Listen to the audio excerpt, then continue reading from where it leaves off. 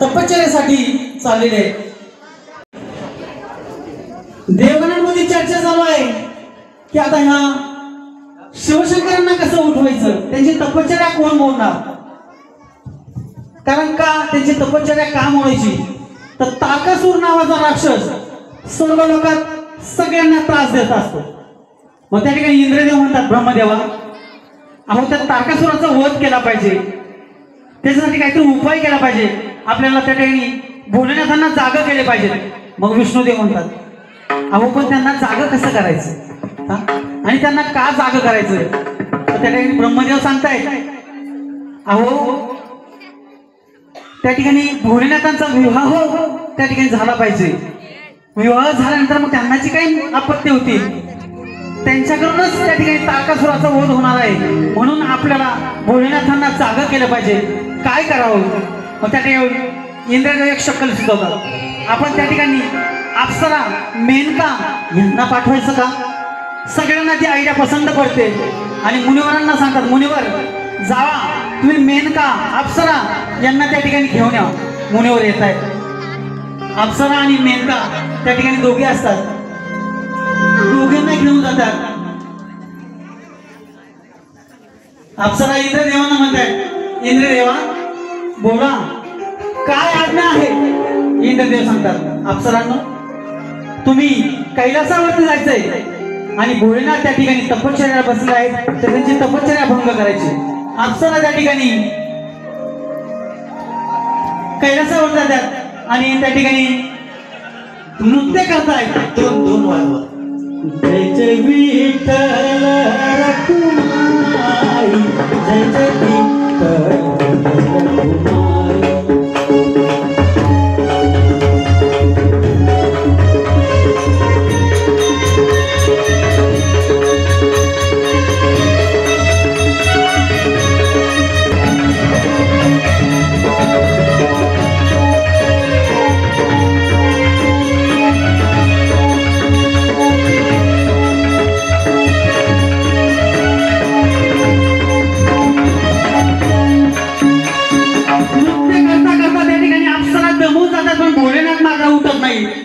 अप्सरा तशाच त्या ठिकाणी इंद्रदेवांकडे जातात आणि इंद्रदेवांना सांगतात हे इंद्रदेव आमच्याच्याने तुमचं काम काही त्या ठिकाणी होऊ शकले नाही, माफ करा, आम्ही येतो। आणि सगळे निघून अप्सरा निघून जातात। पुन्हा देवांमध्ये त्या ठिकाणी विचार विनिमय चालू होतो की भोलेनाथांना उठवायला आपण सगळेजण जाऊया। विष्णुदेव म्हणतात अहो आपण सगळेजण जाऊ, पण उठवणार कोण। त्यांनी जर तिसरा डोळा उघडला तर आपला तिथंच भस्म होईल। पण तरी ब्रह्मदेव म्हणतात चला चला आपण सगळे जाऊया, आराधना करूया त्या ठिकाणी महादेवांची। सर्वजण त्या ठिकाणी महादेवांकडे येतात आणि नंतर महादेवांना विनंती करतात हे भोलेनाथा हे महादेवा जागे व्हा, आपल्यावरती संकट आलं आहे, महादेव जागे व्हा। कुठंतरी महादेव हळूहळू जागे होतात, राग येतो त्यांना, कोणी उठवलं मला। विष्णुदेवांना म्हणतात का उठवलं मला। मग त्यावेळेस इंद्रदेव पुढे येतात, इंद्रदेव म्हणतात हे महादेवा अहो अहो आपल्यावर संकट आले, तारकासूर पैदा झालेला आहे, आपला फार फार त्रास दिलेला आहे त्या तारकासुराने। महादेव म्हणतात मला तर त्याचा त्रास नाही ना, तुमचं तुम्ही पाहून घ्या। असं म्हणून महादेव पुन्हा त्या ठिकाणी ध्यानस्थ बसतात। पुन्हा देवांचा विचार विनिमय चालू होतो, आता नेमके काय केलं पाहिजे। मग त्या ठिकाणी मुनिवरांना त्या ठिकाणी काही दिवसांपूर्वी महादेवांनी सांगितलं असं की मी श्रीराम प्रभूंना प्रसन्न करण्यासाठी तपश्चर्याला बसणार आहे, आपण असं करूयात का, आपण श्रीराम प्रभूंकडे जाऊया मग आणि श्रीराम प्रभूंना सांगूया। आणि मग ते त्या ठिकाणी महादेवांना विनवणी करतील आणि लग्नात सुद्धा ते त्यांना तयार करतील। असं म्हणून सगळे म्हणतात हो हो हे ठीक आहे। मुनिवरांना सांगतात जावा तुम्ही श्रीराम प्रभूंना घेऊन या। मुनिवर जात आहेत, श्रीराम प्रभू येत आहेत, मुनिवर म्हणतात राम प्रभू चलाव। राम प्रभू त्या ठिकाणी येत आहेत, सगळे प्रणाम करतायत। ब्रह्मदेव सांगतायत प्रभुदेवा हे रामा तुझ्याकडे एक विनंती आहे, तुम्ही महादेवांना त्या ठिकाणी निद्रेतून जाग करावं. आपल्यावर मोठं संकट आलंय आणि त्यांना विवाहास त्या ठिकाणी मान्यता त्यांच्याकडून घ्यावी. रामप्रभू म्हणतात ठीक आहे मी जातो, जावा तुम्ही, फक्त त्या ठिकाणी मुनीवर थांबतात, बाकी सगळे देव खाली निघून येत आहेत. रामप्रभू भोलेनाथ म्हणतात हे भोलेनाथा, हे महादेवा जागे व्हा. आणि त्या ठिकाणी स्वतः रामप्रभू आल्यानंतर नतमस्तक त्या ठिकाणी महादेव होत आहे आणि म्हणतात आज्ञा करा प्रभू देवा. का आला?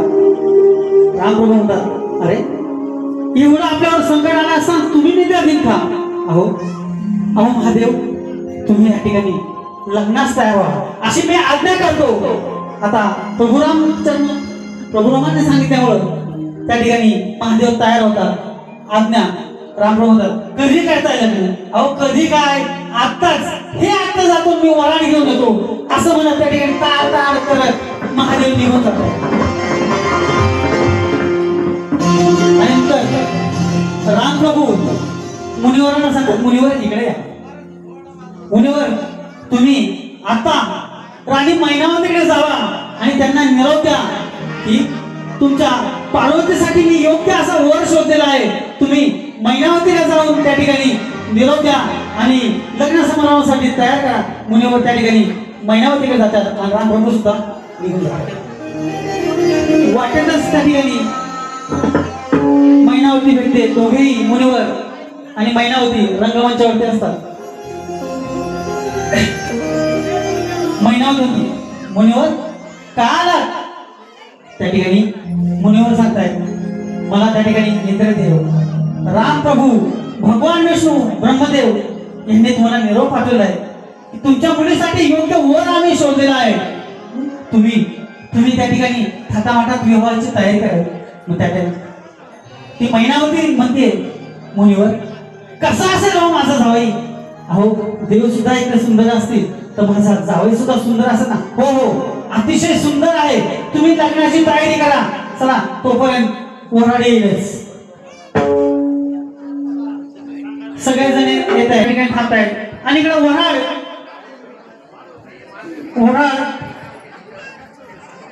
त्या नगराच्या जवळ आलेला आहे.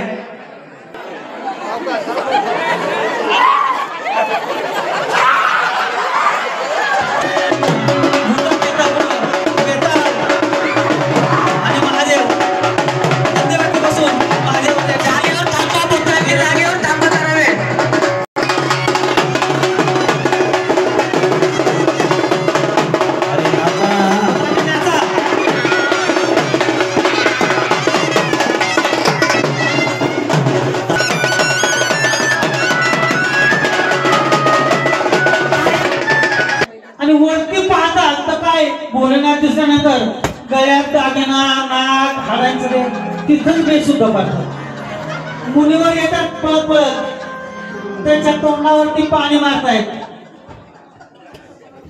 त्यांना उठवतायत आणि नंतर सांगतायत अहो ती महादेव आहे, हाच पार्वतीचा त्या ठिकाणी वर आहे. आपण लग्नासाठी तुम्ही जावा आणि नवऱ्या मुलीला घेऊन यावा. दोघी त्या ठिकाणी जात आहेत अप्सरा नवऱ्या मुलीला आणण्यासाठी. नवऱ्या मुलीला वाजत गाजत त्या ठिकाणी घेऊन